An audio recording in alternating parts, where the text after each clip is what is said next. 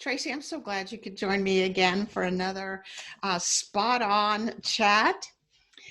I love our So chat. I do too. They're so much fun. So those of you that don't know Tracy Kawa, Tracy is president of Kawa Community Partners. She's also spot on certified master trainer. So many of you, I'm sure, have seen her at various franchise events. And of course, I'm Rebecca Monet with Zorakle Profiles. We provide profiling tools for franchisors and franchise brokers to facilitate a right fit between a prospective franchisee and a franchise system. So I actually wanted to talk to you about something I've been noticing the last couple of weeks since this coronavirus thing. And that is, it seems like people's emotions are getting hijacked, right? I'll Oh, watch, I'm watching people oh, getting, yeah, have you been noticing the same thing? on several levels, work-wise, family-wise, from parent to child, um, um, not being able to work the way you usually work, let alone the whole layer of politics that's invading this hijack of emotions, which we won't touch, but yes, for sure. Yeah, it's so interesting to observe, having been in this franchise space 27 years, it's an intimate space. I know most people in this space, and to all of a sudden see some of them reacting with anger and frustration and, you know, taking charge and others getting passive, all things that I may have not seen before this pandemic, let's say. And so I guess the thought is, what is causing that? Where we're seeing a whole nother side of someone's personality that we may have not seen before, and how can we channel those emotions in productive ways? Do you think it's the fear? Do you think it's just simply put, fear of the unknown? People don't know what to expect next. I mean, people have never had to deal with this in their lifetime, and they don't know, they just have no clue about the next steps, or, there's no roadmap, put it that way. Hmm. There's I no think roadmap of any sort.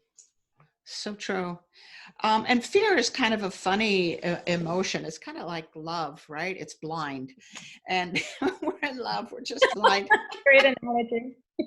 Yeah. Where I think fear is similar, where it triggers almost a fight or flight and even a freeze mode when we're fearful, like you said, of the unknown and unable to be in control, at least during this situation. It brings out a fighter side in some of us, and in Oh, yeah. others of us, it brings out a, oh my gosh, Exactly. abandoned ship, right? Abandoned Yes. ship.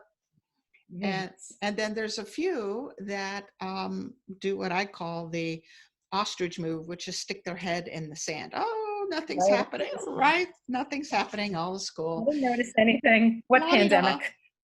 yeah, la di da. Confusion. Yeah. Yeah.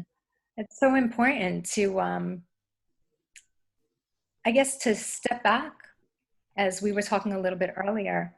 You were mentioning about people stepping back and really evaluating where this emotion is coming from, and what the root of it is, what the real problem is that they're identifying. Because maybe, I'll give you an example. Somebody like me who usually works remote hasn't been too affected, but I haven't been affected by other things, like my family being around 24/7 while I'm trying to work remote. So everybody has their own factors that converge, that, and eventually, ultimately, one of them is going to be a trigger point. Right. And that's a good way to describe it. It is a trigger. We're on unfamiliar territory here. I know for me, a week or two ago, I found myself for like 3 days just angry. And I'm like, what the heck is going on? And I think your point about having to be emotionally aware that, okay, this is an interesting emotion. I don't normally feel this. And instead of, just going with the flow with that emotion, which could be expressed in ways that aren't good for employees, not good for spouses and family, is to acknowledge, oh my goodness, I'm feeling whatever. In this case, anger, which is really a feeling of out of control, right? Or like you said, possibly something that comes from fear. And as soon as we recognize that emotion, it says, okay, I'm fearful, or I'm frustrated, or I'm pessimistic right now, or whatever the emotion is, if we can identify it, then we begin to be able to deal with it, right? But if we, are dealing with an emotion that is unfamiliar and we can't attribute it to something, in this case, I'm feeling out of control, or this is unfamiliar territory, or those kids are under my feet and I can't get things done, or whatever the emotion is, we can definitely get, where our emotions will be expressed in a poor way. I think you have a really good point when you say that things are out of control around us, because one of the things that we're really pushing for now is for people to focus on what they can control. Because regardless of how much is out of our control, there's always something that we can control, like right here, right now, at the point that we're at. Good point. Good point.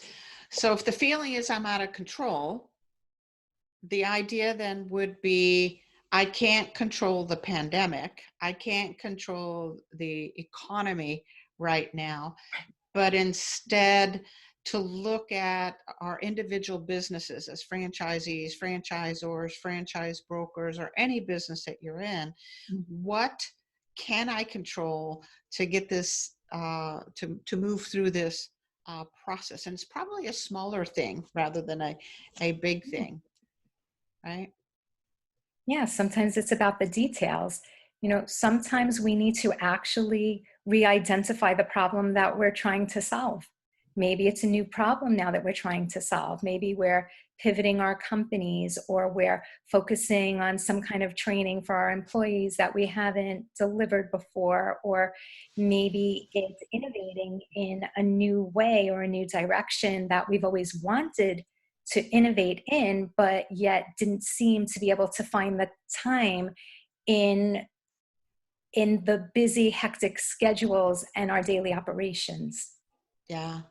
Yeah, that's so true. To be able to take this time, and deal with the fear, deal with the frustration, deal with the chaos, create some peace by gaining a little control of certain pieces. Yeah. And I think once we have that peace, that creativity and that innovation does come out of it. I love it. I love it. I think there's other ways, and one of the ways that you're just a master at is what I call reframing. Reframing the situation, to look at it in a different light, and to see the blessings that come from it. It's always hindsight when we look back at our lives and we go, oh, that crazy thing happened. And oftentimes when we look back, it's probably the best thing that could have happened, or Yeah, something that took often, us to the next thing. totally. Often it's the best thing, but there's also that element of, sometimes a problem is right here. It's so ominous. It's so upfront. It's so up close and center. But if we kind of reframe it and look at it from a different perspective, then maybe it's not so overwhelming. Maybe we can kind of put it in its own pocket, focus on the things around here that we can control, but then come back and, maybe even step by step, take this problem apart. That's really the whole concept behind reframing and refocusing, is what different perspective can I look at this problem, or through which lens can I look at this problem? I like That might be that. a little different, or that might clue me in differently as to what I've been doing before. Because if, again, that whole definition of madness is doing the same thing and Again and expecting the same again. results. So if we're looking at the same problem through that same lens, then our perspective might be a little bit skewed. And if we reframe it, look at it slightly different, or how can I solve this dilemma from a different perspective? You know, it's all about that refocusing and reframing. And that can be really helpful during these trying times. Great advice. Um, so a couple of things that are just in our wrap up here. Great advice regarding when our emotions are heightened due to a situation like what we're experiencing today. Step one is always to have some emotional awareness, right?